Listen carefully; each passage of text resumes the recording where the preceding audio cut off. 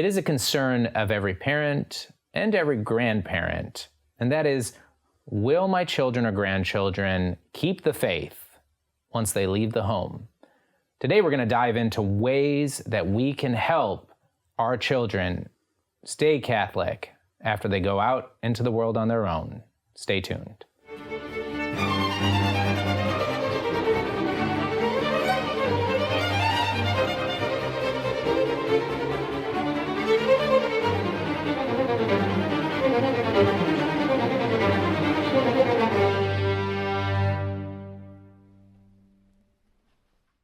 Today's handshake is fraternity. We all need a band of brothers in our life to encourage us on the way. Life can be difficult, it can be filled with challenges, it can be filled with struggles. When you have a band of brothers to support you and to come alongside you, things radically change. You find the encouragement and the support that you need. We see all throughout the New Testament the call to brotherhood and Christian togetherness. So strike out, find some friends. To find friends, you often have to show yourself friendly. Invite someone over, but start forming that band of brothers. Start seeking it out. It can radically change not only your everyday life, but also your spiritual life as well, to have those friends to hold you accountable and to support you. So fraternity is today's handshake. Excited about this episode. It's an episode that I'm looking forward to hearing Sam's thoughts and looking forward to sharing my own. But before we get there, I want to thank our sponsor, Exodus 90. So Exodus 90, we're going to talk more about that later, but thank you for sponsoring this episode. Also, we are the Catholic Gentlemen. You are the Catholic Gentlemen. We're your hosts, Sam Guzman, John Heinen. We're excited that you are here. If this is your first time, second time, third time, make sure you click that subscribe button. If you're watching us on YouTube, click the bell so you get notifications. If you are listening to us on a podcast player, love it if you guys write us a review. That goes a long way on podcasts and Spotify and these different ones. Also, share it with your friends. That would be a huge benefit for us because this grassroots marketing is an excellent way for us to expand the show, help more men like you. And finally, we're so thankful for our donors. Making these episodes, making the memes, devoting time to this isn't free. And so if you are interested, if you're prayerfully discerning, helping us, please head over to patreon.com/Catholic Gentlemen. We have some great tiers from $5, $10, $25, $50 a month.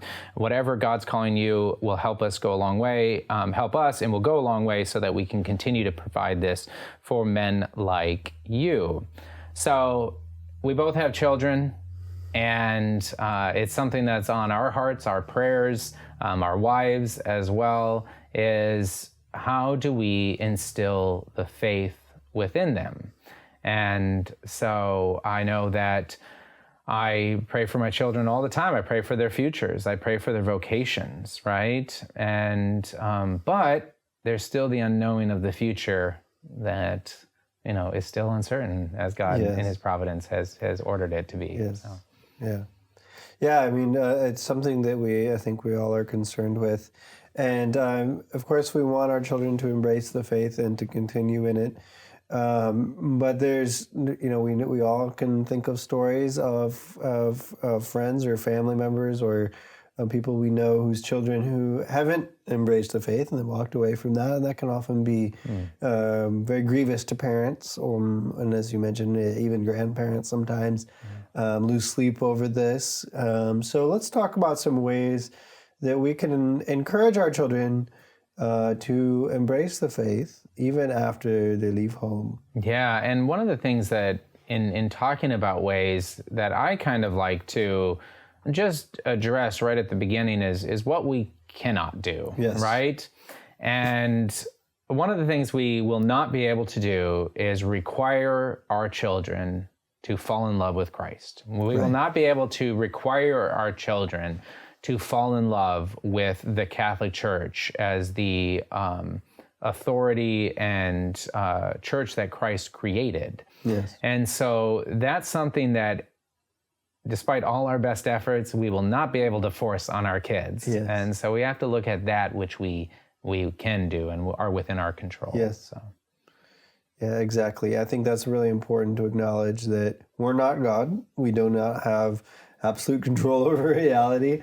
And I think pushing too hard or forcing things can often backfire. And so we want to do this with winsomeness, with joy, with gentleness, but also not fail in our duty to encourage that as much as possible, because I think as parents we will be kind of held to account, not for the absolute results, but still for did you fulfill your parental duty to teach your children, to guide them, and to lead them.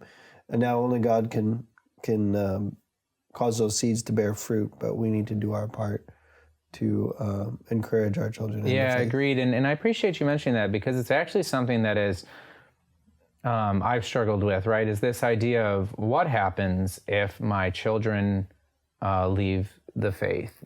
And selfishly, is that going to, put me an extra 1,000 years in purgatory or even in hell, Yes, John. And yes. Exactly. But, you read some great authors, St. John Chrysostom or St. Alphonsus and these different men, and you can get that sort of feeling is like, wow, if I fail at this, I'm a horrible person. I'm a horrible man, Right. And there is gravity to it, but we have to caution the extreme. Yes, absolutely. As we're praying about this. So one of the things that we need to start with, and Sam and I are both, and it's really going to be the theme of this episode, is modeling, or the example that you set as a father. Yes. And so there is no greater way than to be a constant witness of the virtues, theological and cardinal, the lifestyle of the saints that you live in your day-to-day life, right? Yes. And so one that I like to start talking about is the power of forgiveness. And I know fathers, I've had conversations with fathers that won't ever ask their kids to forgive them when they know they've done something wrong, right, because it somehow disorders life, right? That you've got your father is the head of the family, and if he's asking kids who are subordinate to him for forgiveness, then it turns it on his head. And I couldn't disagree more. I think that we fail, and that our kids, it does not disorder things, but they understand the importance of forgiveness by our lived example. Yes. And so when they see me asking my wife for forgiveness when I've, gone enraged and raised my voice, or if I unrighteously yell at my kids because I'm just in a bad mood, right? Right. And so I put that disclaimer that there can be good times to elevate your voice, to guide your kids in discipline. But when you lose control, which is not always hard to do, you've pushed past the bounds. I'm talking about your kids. There was a great priest who I was in confession once, and this just popped in my head. I was in confession, and I was talking about how I very unjustly, discipline's not the right words, but punished my kids because I was just in a bad mood. Right. And the priest said, how old are they? And they were basically 7, 5, 2, infant, etc.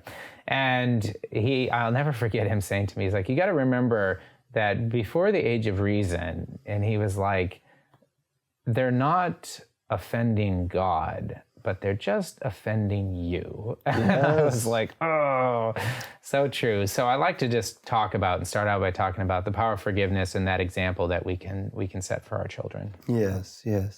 Yeah, and I think forgiveness works both ways. Like there's times when our kids will come to us and apologize. And I've heard, very sad stories of kids like coming to their parents to apologize, and their parents just kind of twist the knife a little bit and make them feel even worse and kind of reject that childlike apology that a kid gets. So be generous in forgiveness to your children. Like when they apologize, accept that apology and show that graciousness to them. But likewise, like you said, I think modeling that humility and asking for forgiveness. I think it's a powerful thing, when a father admits that he was wrong. It shows that they're human. Kids are very sensitive, and they have a very me-centered way of seeing the world. So when they feel like they were unjustly punished, but that parent will never apologize, then they think, well, it was my fault, and everything's my fault, and maybe I'm just a bad kid, even if they were completely wronged in the situation. So I think it's very important for fathers and mothers even to admit when they were wrong, and that sets up a template for relationships throughout the rest of your life. Because a lot of times spouses won't apologize in marriage because, hey, my parents never admitted they were wrong. I'm never going to admit when I'm wrong. So there's like this sense of asking for forgiveness is weakness. Yeah. I'm never going to show weakness. We need to learn to be humble enough to say when we were wrong. So I think that's a really powerful place to start. But another thing too is just modeling that love of Christ. Like love is infectious. Yeah. Like as a parent, if your heart is not in it, you can do all the right things. If your kids tell that it's just robotic or mechanical, and that their mom or dad doesn't really love God, it's just going to fall flat. Yeah. It's not going to move their hearts in any way.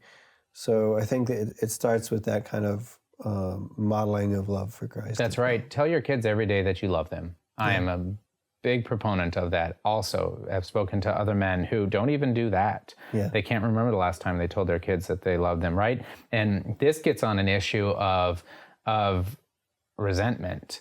And the moment the kids sense that you resent them for not being able to go out with the guys or spend more time on dates with your wife or do your own things, the moment they sense that, they're going to start seeking attention elsewhere. Yes.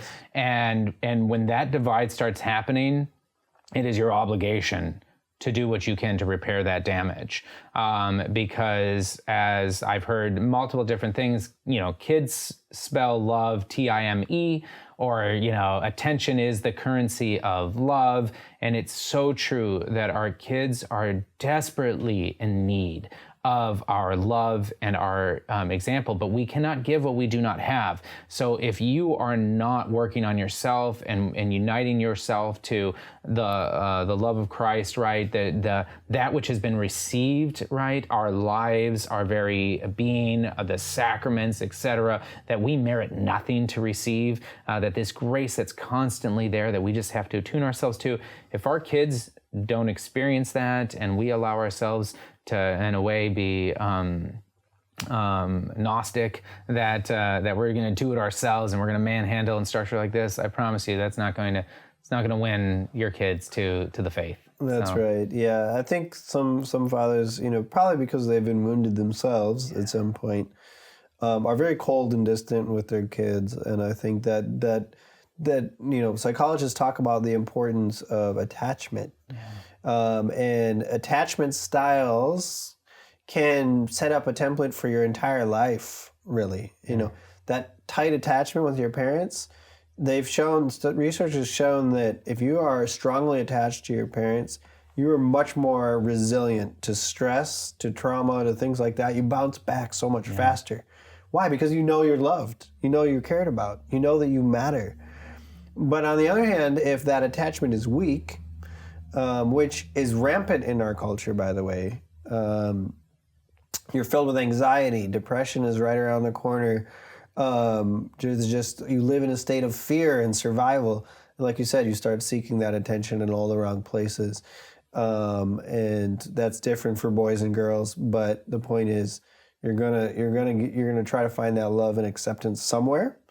Whether that's a gang or whether that's in promiscuity or 100 different ways that we look for that love and affirmation. So it's very important for parents to model that for their kids. Agreed. So another practical way of modeling it is praying, right? The power of your kids seeing you pray, of your kids seeing you united to prayer, or the importance of prayer, is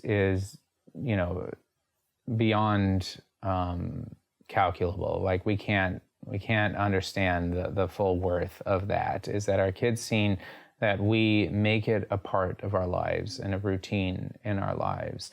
And when they see that, what do they want to do? They want to emulate. They want to do what their dad does, right? And so maybe they're doing it for their dad's affection, which is great because, not saying that you're going to have conditional love or anything like that, but they're doing it for that sake of modeling, doing what they see, modeling, what they see. Yes. And that's a that's a great way. So making that a prominence within your family life. And yes. I think about Father Patrick Peyton. I mentioned him on other episodes, but the family that prays together stays together, you know, and we have to start there. We have to start staying as a family and united as a family. Yeah, and like you said at the beginning, pray for your kids. Like, just that goes far deeper into their life than any words that you may say to them. I heard a saint say one time, someone was asking him like this very question, like, how do I deal with my kids? And he said, anything that you want to say to them, say to God instead, instead of complaining to them about their behavior, like complain to God about their behavior, and just, and God's grace works invisibly. So we often think, well, if I can't see it, it doesn't exist. Yeah. Just in our kind of materialistic way of thinking a lot of times, but God's grace is at work. And your child may fall, they may stumble in life, but if you've been praying for them ever since they were little, that is what's really going to change the course of their life. So don't forget to pray for them. Yeah, and I like that. And just on this theme of prayer here that we're talking about, I think as a father, it's important to understand your own weaknesses, right? So, and be praying for your own transformation, right? And I can think of, my own life and how I'll go and I'll fast for certain virtues that I know that the vice is still, attached within me, because I know that, and it doesn't take but one look of your child to realize that this vice, be it, impatience or anger or, overindulgence on X, Y, and Z, if that's what you struggle with, the kids see that too. And they either think it's okay or they get a disordered view of reality. And so we have to be working on ourselves and fasting for ourselves. And one thing that I encourage is, kindness, gentleness, patience, right? Fast for those, pray for those for yourself. Because that is also, if that work and that transformation is happening within you, it's going to show itself in to your family, whether you realize it or not. So, and on that theme of patience, I think it is very difficult to be patient with kids sometimes, especially when you have a lot of them. Yes. And they know how to push your buttons. They know how to be annoying, and but on the other hand, like it is so important for children to know that they're not just a nuisance to you. Yeah. We're human, we're frail, we're finite. Like we have limited emotional resources, and it can be easy to get tired and drained. Yeah. When you get tired and drained, you kind of get irritable. Yeah. And so it's just be aware of that. Be aware of that fact that you can be irritable with your kids, and again, apologize when you need to apologize, but also let them know that they're not just a nuisance to you. Yeah. Show them that they matter and that you like them. Because a kid can pick up on the fact that you do not like them. Yeah. And oftentimes that makes their behavior even worse. So, of course, we all love our kids, right? We say, well, I love you unconditionally. But then they're thinking, well, yeah, but you don't really like me. Yeah. So be sure to practice that patience and that kindness to them, where they know that they're not just an annoyance, they're not just a nuisance to be shooed away, leave me alone so I can watch the game or I can work in my workshop. Like, take an interest in them. Show them that they matter. Like you said, give them that attention. Like, they just blossom. Kids just blossom when you kind of turn your attention to them. Yeah, I totally agree. And I think another thing that is understanding the temperaments the age, sex of your child, right? So I know that, so that we're not, a lot of these themes that actually most all of them that we're talking about here are universal for age, gender, and temperament. But I think it's really important for us as men to understand that the importance of that in the lives of our children, right? Because if there's one child that's maybe a little bit more sanguine, or another child, or the boy versus the girl, right? Where I very distinctly remember disciplining my daughters was so easy, because I just looked at them sternly and immediately they fell apart. They knew that they were caught doing something, but then disciplining my sons is a whole different ball game. They will fight back. Yes. They are ready to throw down the gloves and have at it. And that took a lot, and still does, a lot of training and learning for me. I also bring up age as something that's really important too, because so that you don't think when you're listening to this is like, oh, they're just talking about 3-year-olds, 2-year-olds, 5, 6, 7, etc.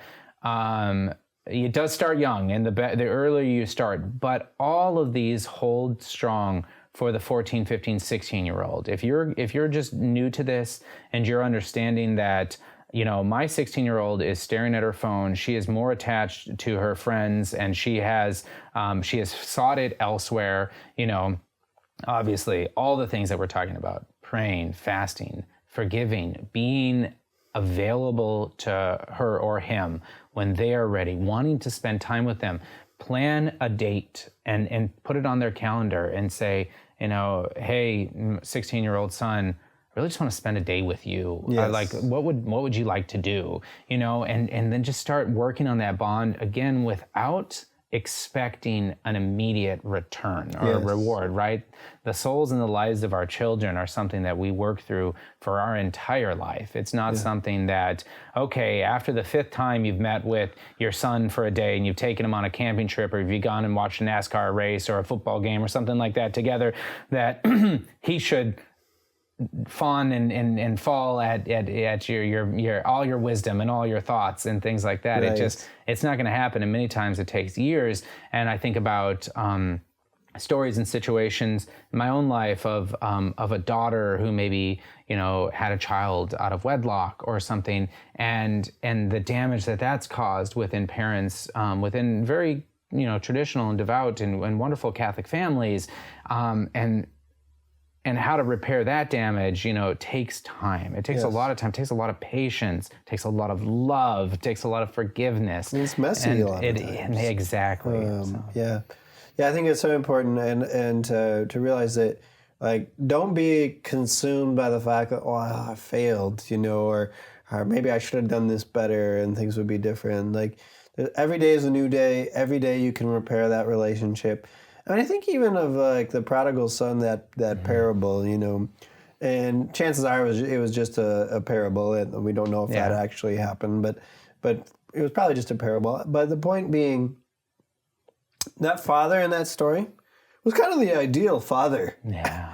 He was kind of like the loving father, the generous father, and yet his son still rebelled. Yeah. And so I think it's important that we realize, like you mentioned, there's different temperaments, and you can, from your perspective, do everything right, and your children can still turn against that, rebel against that, go off and, kind of try their own way for a while. Yeah. Maybe even reject the faith and ignore it, or go off and do their own thing. And as a parent, that can be really grievous to us, and we start to question, maybe I could have done this better, or maybe I could have spent more time here, or maybe I could have taken an interest in this. And I don't think that's necessarily always the case. Yeah. We need to realize that they're free creatures, and as they grow, the world can be very tempting and tantalizing, and sometimes our children do fall away from that. So it's not always a reflection on you as a parent. We need to do our best.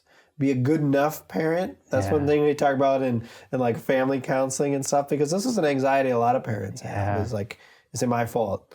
And what they say is, if you're a good enough parent, 30% of the time, your children have a dramatic improved chance of success in life. And now that's just like being a successful human being. Yeah. But it also, I think, applies to an extent in the spiritual life where, I'm not saying strive for 30%. I'm just saying give yourself some grace, realize that you're human, realize that you're fallen, that you have your own sins and failings that you're working out.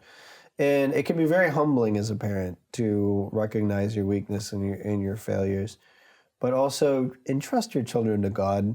This isn't all on your shoulders. Like, you need to do your best and try your hardest, but also realize that God is at work too. So entrust your children to his care, and then do your best, but realize you're going to fail. Yeah, agreed. And so there are some approaches, like we can look at the fullness of the human person and understand that our kids are full human persons, loved unconditionally by the Father, and guided by the Spirit. And so, what can we do to treat, all the depths of human condition, right? And so we did break it up a little bit into the practical, but of the physical things we can do, the emotional things that we can do, and spiritual things that we can do. And I think it's important to talk about these things because we are body, mind, soul individuals. And so we have these, examples and symbols and things that we can be establishing. So the first one that I'd like to start talking about is the physical, right? That's the easiest one to kind of talk about and put into practice. And there's never a bad time. And if you're a regular listener to the show, you're going to hear things back that we talked about, your domestic church and building your domestic church. But I think it's equally as valid right now in talking about the lives, the growth and development and sanctity of your children. And that is have a family rule of life, right?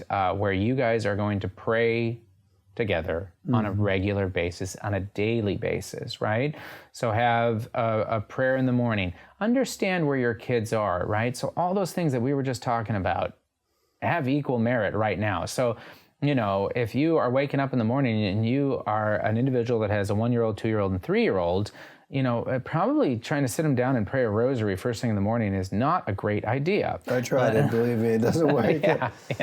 And so kind of structuring your day appropriate to these different elements, but have something you do in the morning that's prayerful, that's thankful to God, right? Mm-hmm. Living that generous heart. I guess that's going more towards emotional and spiritual, but we have this. I like also, in addition to the different prayer routines that you have, the rosary in the evening, things like that you do as a family, the physical representation of our lives as members of the body of Christ that show themselves within our home. And that's things like the Sacred and Immaculate Heart of Mary, Sacred Heart of Jesus, Immaculate Heart of Mary in prominence in your home. Crucifixes in every single bedroom.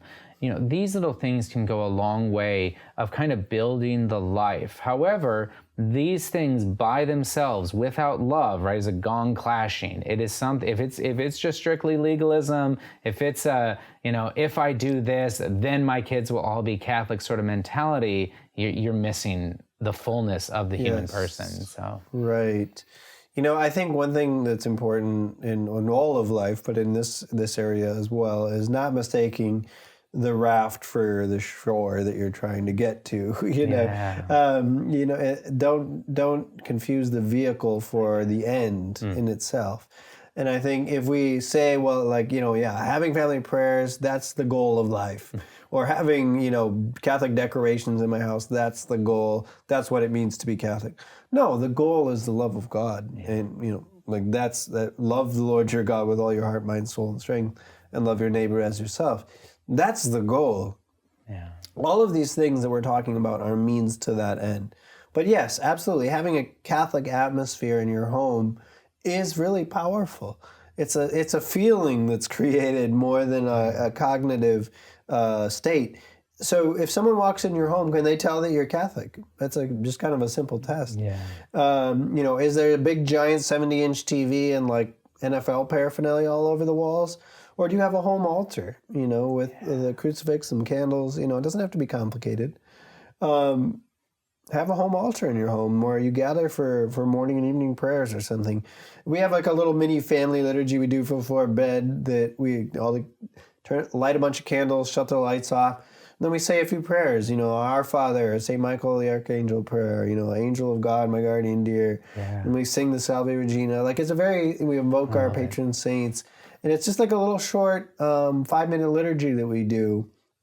That we kind of created as our own family tradition. The kids love it. They expect it. Even when they're on vacation, they're super tired. They're like, we can't go to sleep. We haven't said prayers. It's just kind of part of their day now. And it doesn't have to be just that, but it can be create something for your own family. Use your creativity. I like that. But have something tangible that your kids can hold on to as kind of anchors, if you will, in their minds and hearts that they'll carry with them really for the rest of their life. Yeah, and I love that. I just heard a friend of mine, he was actually a guest on a show a while back of ours, but he told me that he recently just instituted something in the evenings that he calls, the family reading hour. Mm-hmm. And basically it's 30 minutes where he reads a book to them, they talk about the book, and then they go into the rosary. And but the book isn't necessarily a Catholic book,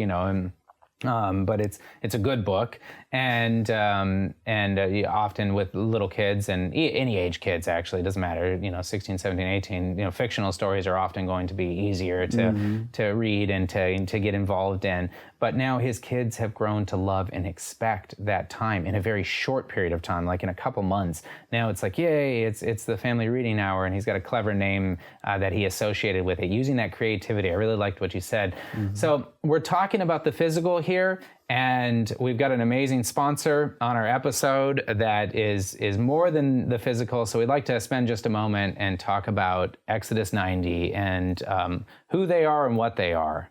We'd like to thank the sponsor of this episode, Exodus 90. If you don't know who Exodus 90 is, we strongly encourage you to check them out. They are a ministry for men that provide a roadmap for spiritual and actually physical growth. Exodus 90 is all about asceticism, prayer, and brotherhood.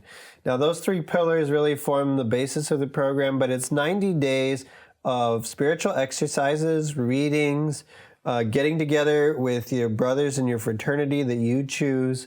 And it's difficult. I'm not going to lie. I've done it a few times, and it can be hard. It can be demanding, but we need a little bit of asceticism in our lives today. The church doesn't ask very much of us these days, and that's okay. But sometimes we need a little bit of an extra spiritual shot in the arm, and that's what Exodus 90 can provide. So there's a science behind why Exodus 90 is developed the way it is, right? Those 90 days have a purpose. But another great thing about Exodus 90 is that they also offer different variations. They offer a Lenten program. They offer different challenges over the summer. So basically, they have something that's there to fit your needs. Again, asceticism, prayer, fraternity, and really that roadmap that men find so helpful. I know that I did when I went through it. So we strongly encourage you to check them out at exodus90.com/CatholicGentleman or click on that link in the show notes. So we also want to talk about just kind of the emotional component of forming your kids in the faith. And I think this is so important because persevering in the faith is not strictly about, intellect alone. It's not just about having, drill and kill the catechism until they have, the entire thing memorized, although that can be good. Yeah. But it's also a matter of the heart. It's a matter of the emotions. And I think, again, as we were talking earlier, just as step one, have that strong attachment with your kid, that relationship where they listen to you and you listen to them. I think a lot of parents completely ignore their children, and then they can't figure out why the kids don't care what they say. Yeah, it's like that foundation of attachment makes your kids want to listen to you, want to please you, want to listen to your guidance. So attachment is so powerful. And what is attachment built on? As you mentioned, it's built on attention and proximity. Spend time with them. Physically, go places with them, do things with them. A lot of my kids, they ask to go to the store with me. I'm running an errand or something. Can I go with you, Dad? Sometimes it slows me down, and I'm like, I'd rather, just get the chore done or get the errand done. But I say, yeah, come along. Why? Because they matter. Like they just want to be with you. Yeah. They just want to be close to you. They just want to spend time with you. Like kids are very simple. The things that make them happy are pretty simple, and adults are much more complicated, unfortunately. But kids it's simple pleasures of just being with dad while he's running an errand. That makes them happy.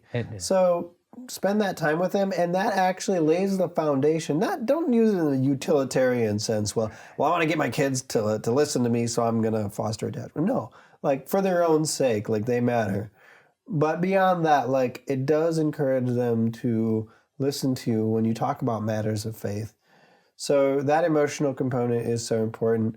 But there's more to it than that. I mean, when we talk about the heart, like it has to come from love. Yeah. Religious practices have to be fueled and motivated by love, not legalism, not anxiety, not fear, not scrupulosity. Yeah. It has to come from a place of love and devotion. And I appreciate you saying that, because we have to understand, and I think very often we as men can ignore this because we're maybe more inclined to stoicism, or we, want to take on, I can do it myself. Again, that Gnostic attitude. It's very easy to fall into that. But God gave us emotion. He did. Now, does emotion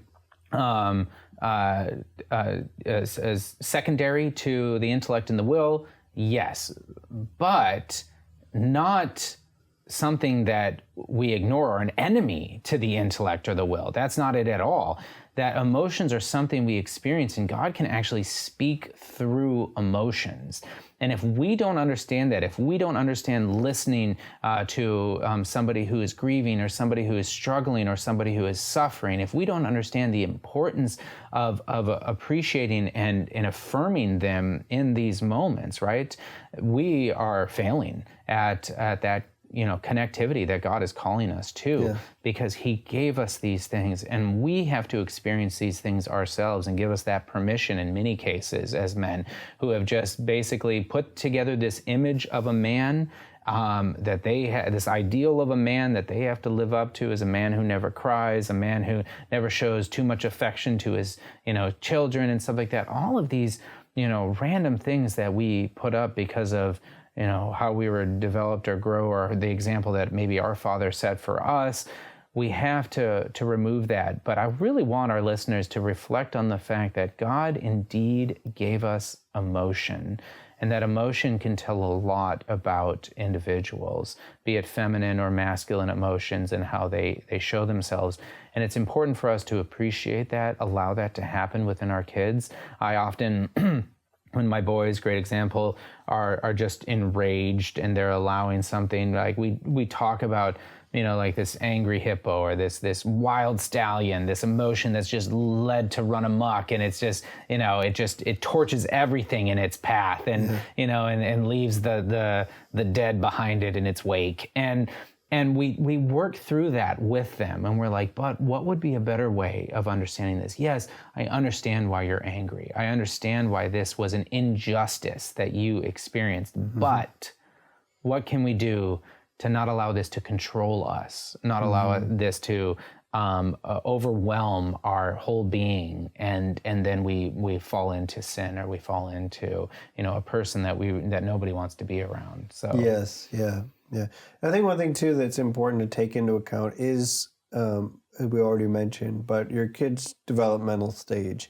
I think this is so important because psychologists have identified a lot of different developmental stages as children grow up. So you got like Jean Piaget. He had his own categorization of a child's developmental stages. But then Erik Erikson was another giant in the field of research into this department, and he also developed his own little model of the stages of human development. The point is, though, regardless of what model you embrace, human beings develop. Yeah. A 2-year-old is not going to have the same mental, emotional capabilities as a 12-year-old or a 15-year-old or an 18-year-old. And likewise, a 7-year-old is not going to have the same mental and emotional abilities as you, as an adult. So take that into account.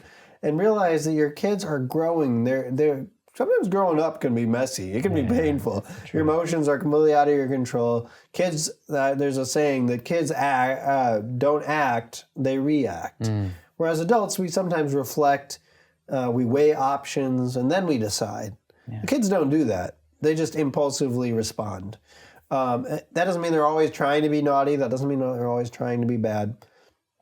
An example of this, religiously speaking, would be a kid squirming in the pew at Mass. Yeah.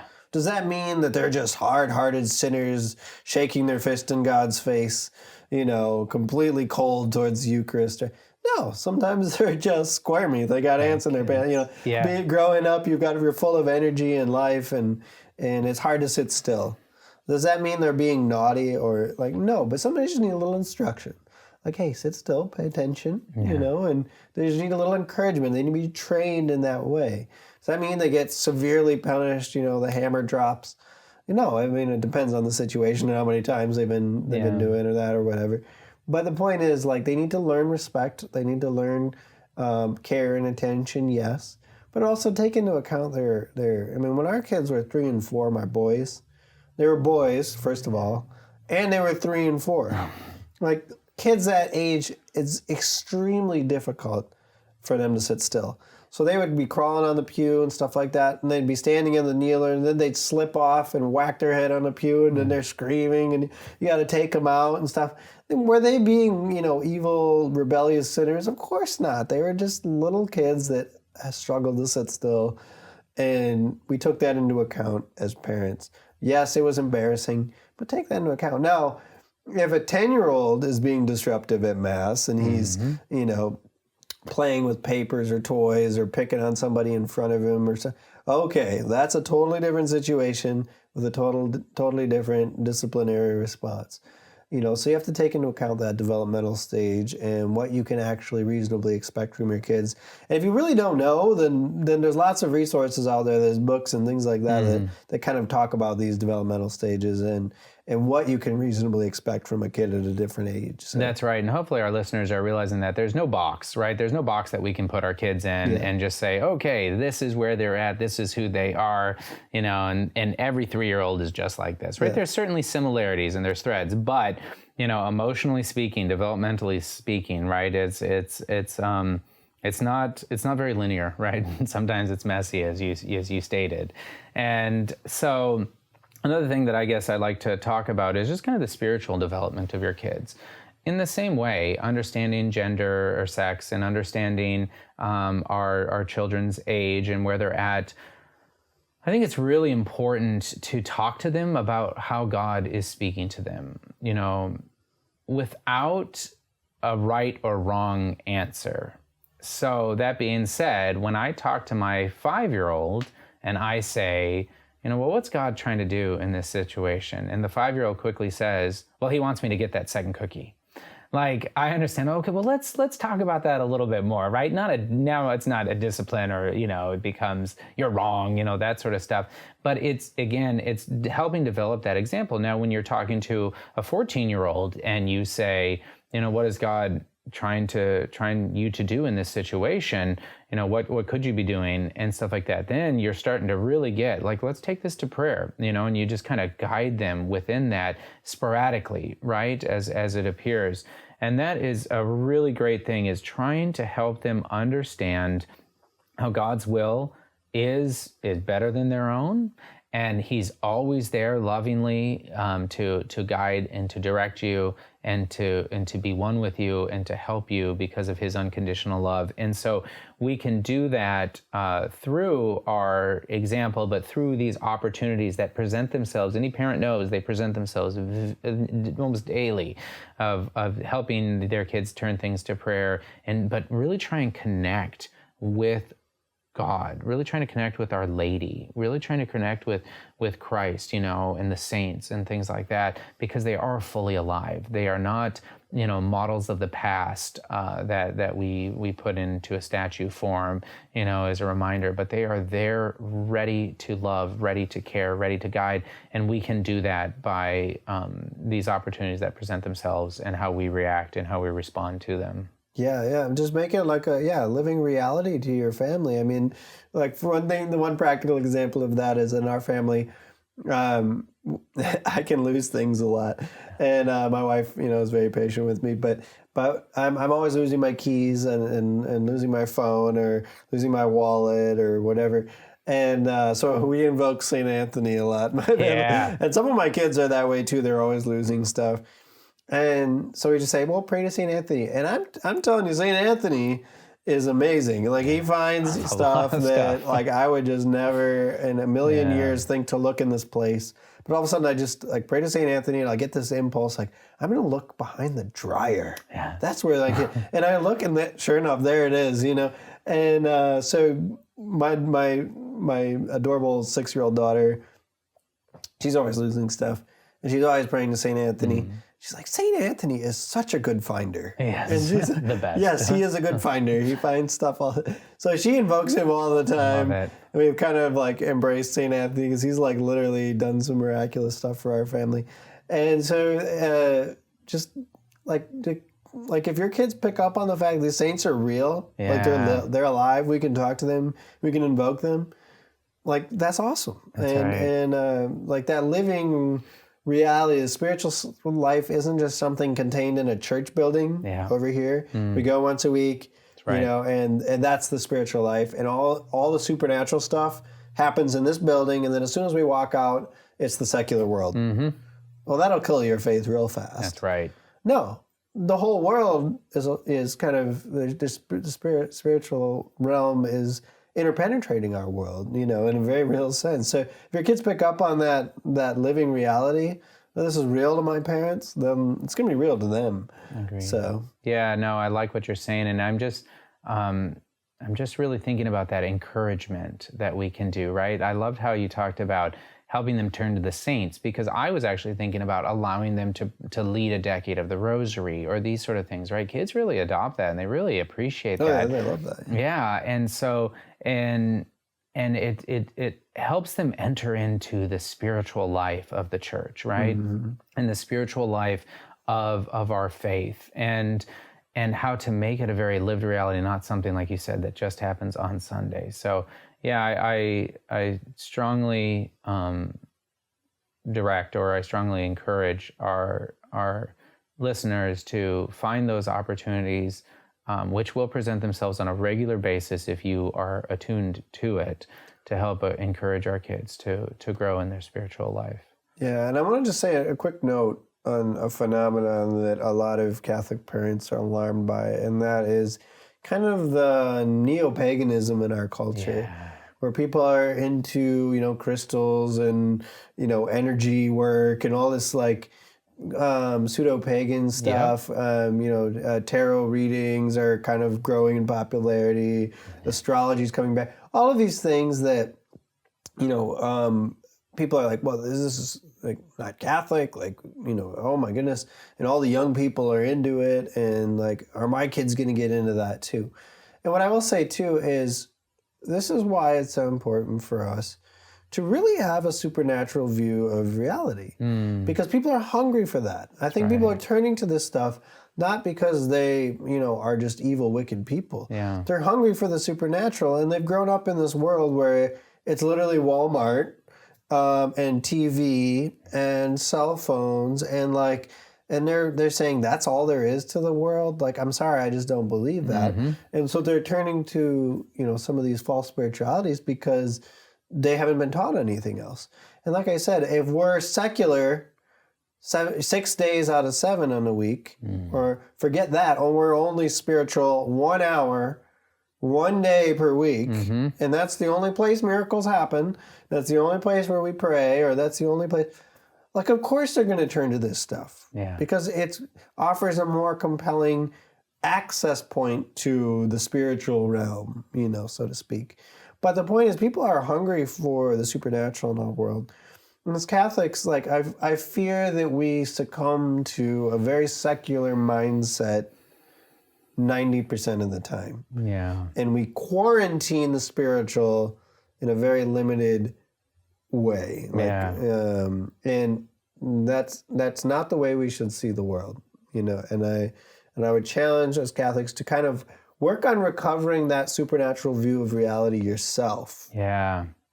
The saints, they saw God everywhere. They saw the realm of, angels and saints and it's all around them all the time. Whereas we see the world, just kind of based on our conditioning, our programming, we kind of see the world as like dead and lifeless. Yeah. And again, like only Sunday Mass is supernatural. No, it's everywhere. So if we don't believe that, our kids aren't going to believe it, and they're going to kind of turn to some of these false spiritualities as alternatives. It's so true. And so I think what we're getting to here is that it's not always black and white, right? The church has laid forth the game plan. Yeah. They've laid forth the strategy, but actually actuating it or activating it within our own life is something that can get messy. It's not going to be, a strict and ordered the way we would like to be. It's not going to be black and white. There is going to be a lot of gray. But that's who we are as humans, right? We are full of life. We are full of emotions. We're full of ideas. We're full of desires.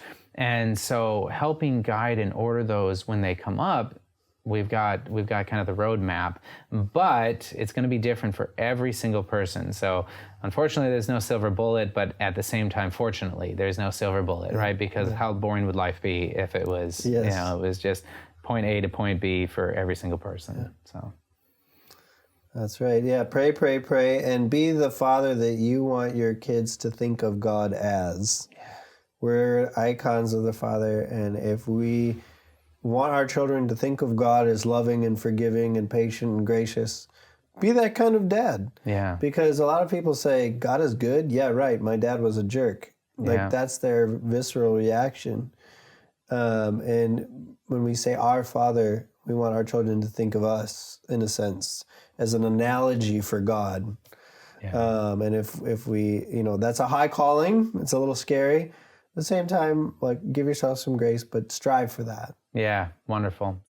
Well, if you're just tuning in for the first time, the end of these episodes, we always like to do what we call a nightcap, very gentlemanly. And it's something that we enjoy and appreciate as men, right? It can be anything from books to leather to something tangible or something even metaphysical that we appreciate. And so tonight, or today's, is going to be, dress caps. And so I brought a flat cap here. So this is an Irish flat cap. You guys maybe have seen them on Peaky Blinders, right? They've been making a comeback, these hats.